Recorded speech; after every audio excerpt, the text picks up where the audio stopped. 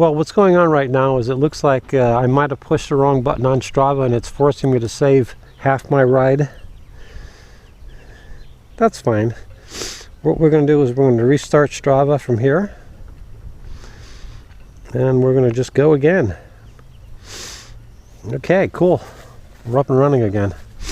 I'm not sure what happened there. Minor technical difficulty. Okay, so we're leaving Clinton. Today is March 30th, 2016. We're in Clinton, Connecticut. We're on our way back home to Guilford, Connecticut. It's about 42, 45 degrees maybe. It's probably a little bit cooler down here because we're getting the wind off the water. And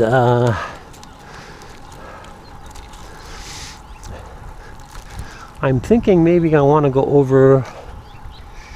Yeah, I don't know what I want to do. I guess we're going to head home the same way we came is what we're going to do. So we're not going to overdo this morning. Head for a nice bike ride home. And actually what we're going to do is we're going to go up a slightly different road that runs parallel to the road we came down.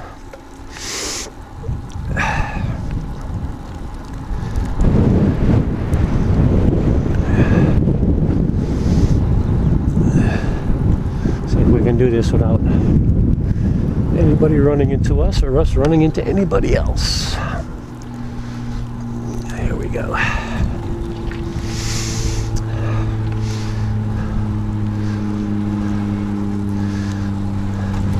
So a little while ago I did some upgrades to my bike, which I've mentioned in a couple other videos.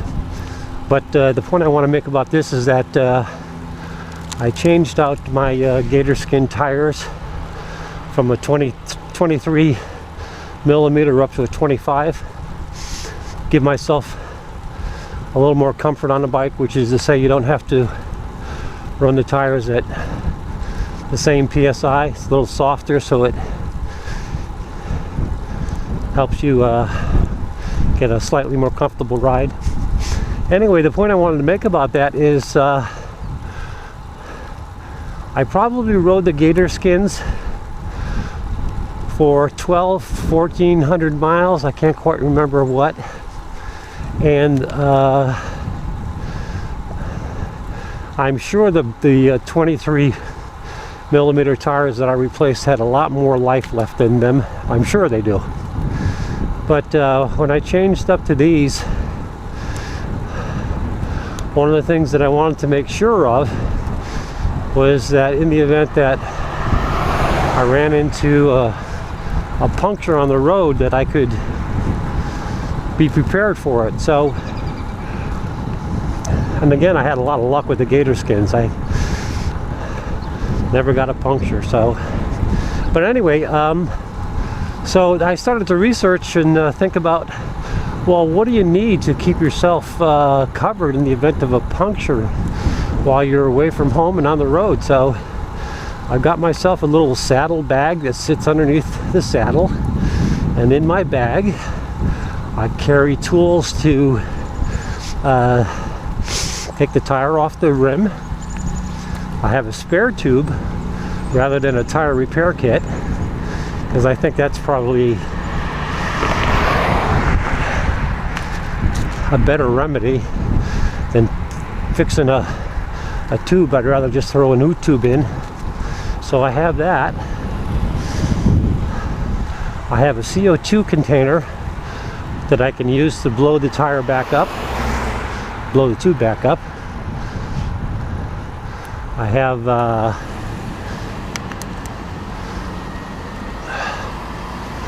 a couple shop cloths used so I can have something to wipe my hands with. I have a couple latex gloves to wear in the event that I want to make sure I don't get my hands greasy and all that sort of thing. So anyway, I've got a kit that has all these road repair items in place, and I was surprised how much I could fit inside my little saddlebag. I also have an Allen key set in the saddlebag to make quick repairs, to tighten up anything that needs tightening up.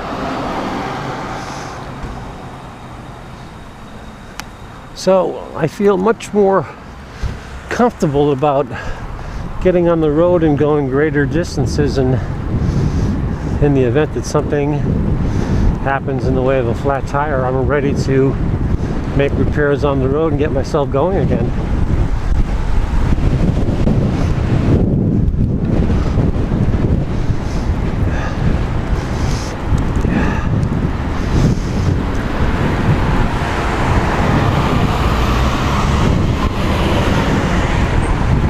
So as I mentioned earlier, this is Route 1. This is not the road I want to be on, but we're going to travel on it just for a short distance, get us back on our route going home.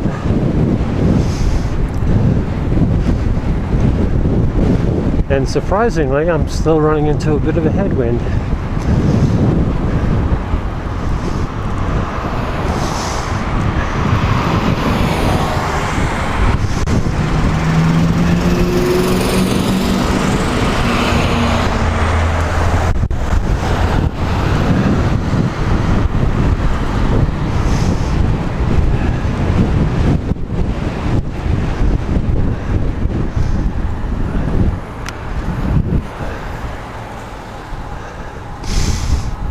Okay, this is the way we came in, and this is the way we're going back, for the most part.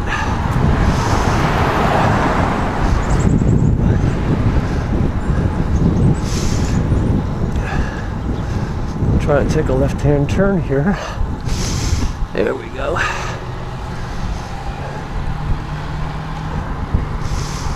Okay.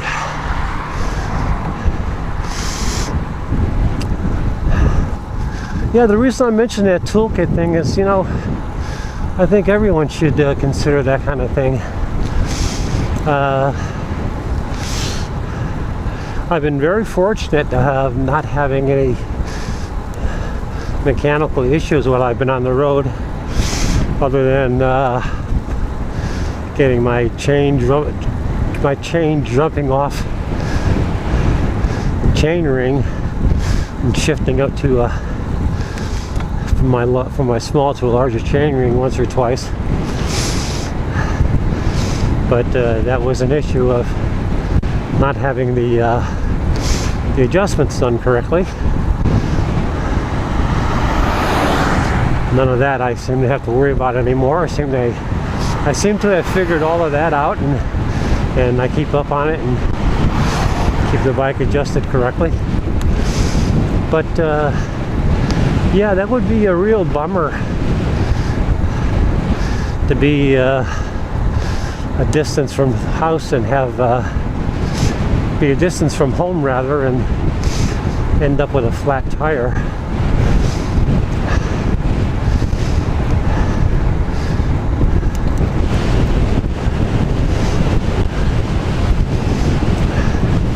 Well, here's the other way I can tell if I'm starting to fight the wind a little bit, which felt like I did right through there. I wear contact lenses, and for some reason, depending on where the wind is blowing, it affects how well my contacts stay in.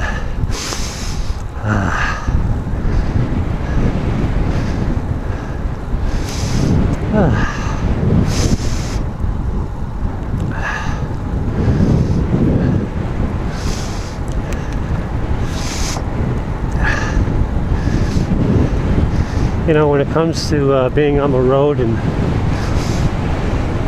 ending up getting a flat tire, I guess so many of us believe, you know, gee, that's not going to happen. Don't worry about it.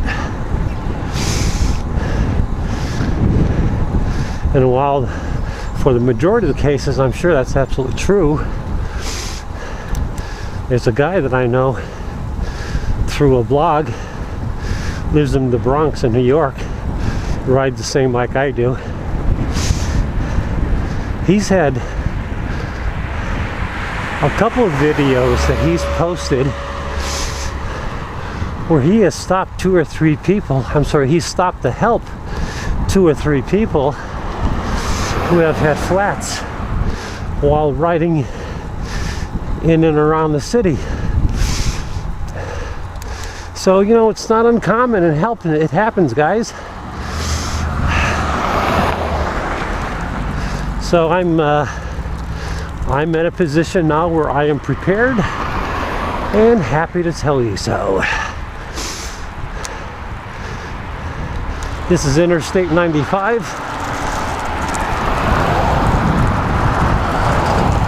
And it looks like something's going on.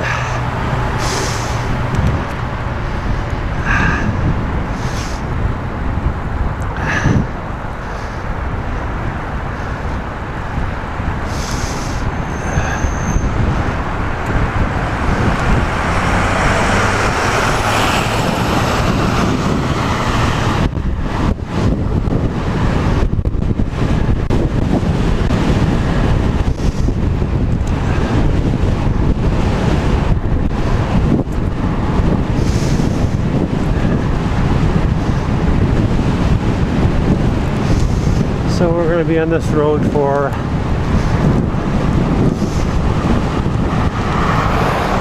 I don't know, maybe another mile. Then we'll get back onto secondary roads and something a little less wide open.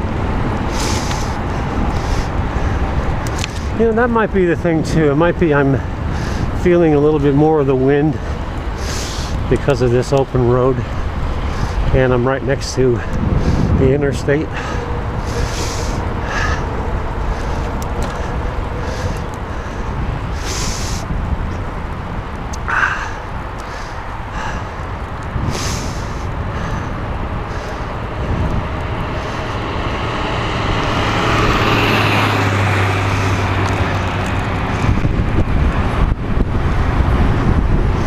It's a bit windy.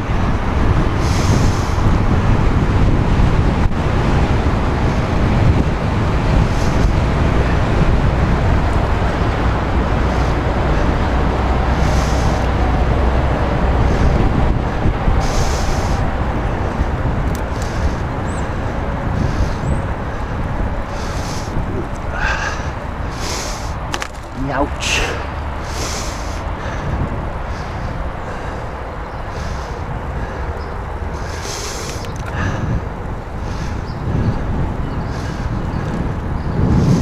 Watch out for squirrels. So I got an email from my local bike shop the other day.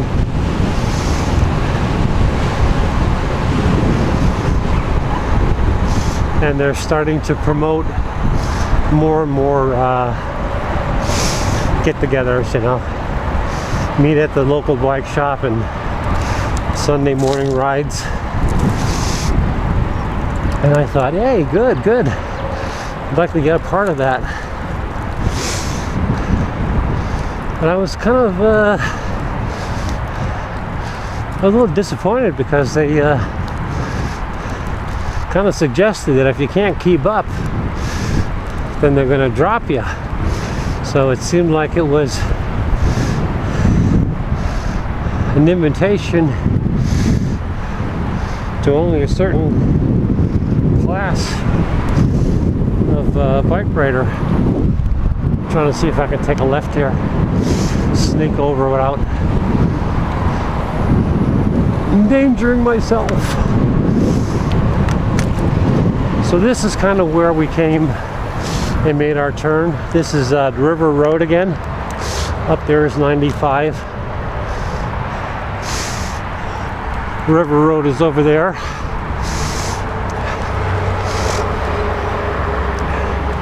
I'm gonna ask this guy if there's trout. You going after trout? Hey. How you doing? You going after trout? Yeah.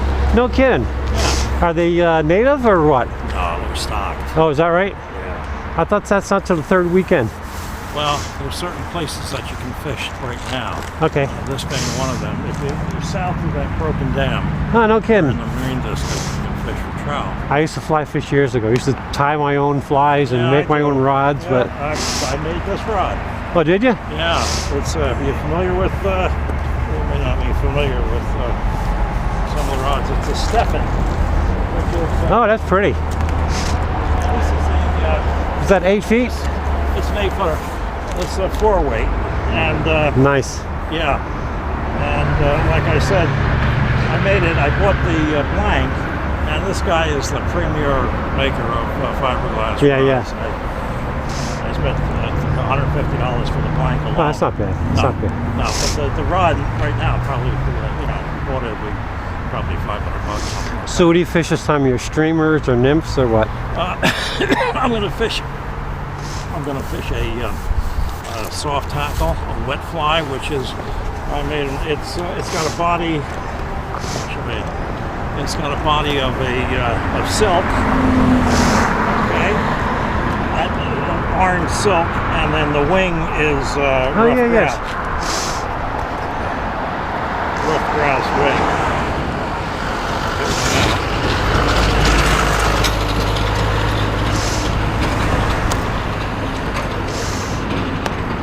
It's got, like I said, it's got a orange silk body. This is from a rough grouse that a friend of mine shot. Yeah, yeah, yeah. And then this little thing here is mole dubbing, which is a mole I killed in my front lawn. I rode over from Guilford Uh-huh. and I stopped just before I got in Madison to take a couple drinks of water, and I'm standing there. There's little black flies all around me. Oh, it's a good sign. Yeah, I know. I know. It's starting to emerge, starting to come out. Come out. Yeah. Well, those little black things. They come out all winter long. Oh, is that right? They go. Yeah. Well, good luck to you. It's a good day to be out there. It is. It is. I had to bring my loppers because I want to go on the other side, and the thorns are so heavily grown. I had to cut a path right into the wall. Oh. Well, that's hardcore. You know, you got to fight your way in. I used to go up to Maine twice a year, Memorial Day and Labor Day. I used to go up to a place called Rangeley Lake, Goosebuck Mountain. Yeah. I used to fly fish, catch and release, barbless hooks, landlocked salmon. Oh my I God! went up to Millinocket about 3 years ago, and that's all I caught was landlocked salmon. I didn't get any trout, so I fished for 3 days. I think I got 15 landlocks. Wow! One Wow! really nice one. That's great. That's great. I'll never forget the first time I caught a landlocked salmon. It was in New Hampshire, in the outflow from Newfound Lake, if you know where that is. Yeah, yeah. Yeah. And I was fishing for trout, and all of a sudden I got this fish. It was probably about 14 inches or so. And he jumped out of the water. He was 4 feet. He was eye level. Yeah. I said, that's no trout. I never saw a trout. I never saw a trout jump 4 feet out of the water. They're great. They're strong too. Yeah. Well, listen. Good luck to you again. Yeah, you too. All right. Take care.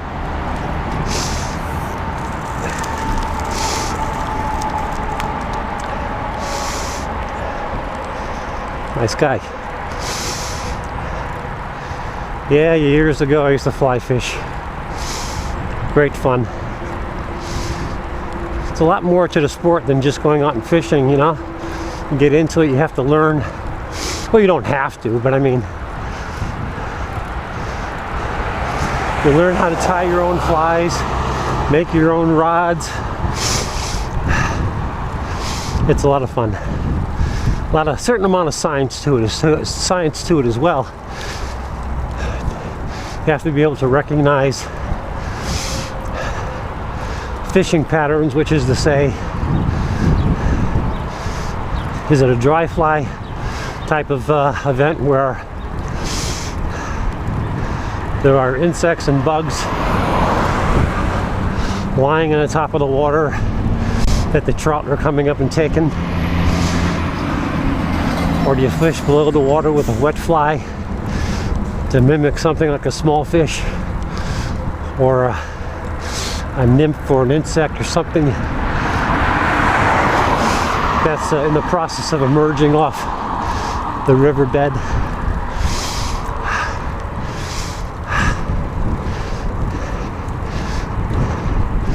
And just to close out the subject on fishing, there's nothing like catching a trout, or any other fish for that matter, on a fly rod. That is just absolute fun. Well, I hope you enjoyed this video, and I hope you will subscribe to this channel. Subscribe by clicking that subscribe box you see just right there. And as always, your comments are welcome, so please feel free to post them. This is The Road Biker. Thanks for watching. We'll see you again soon.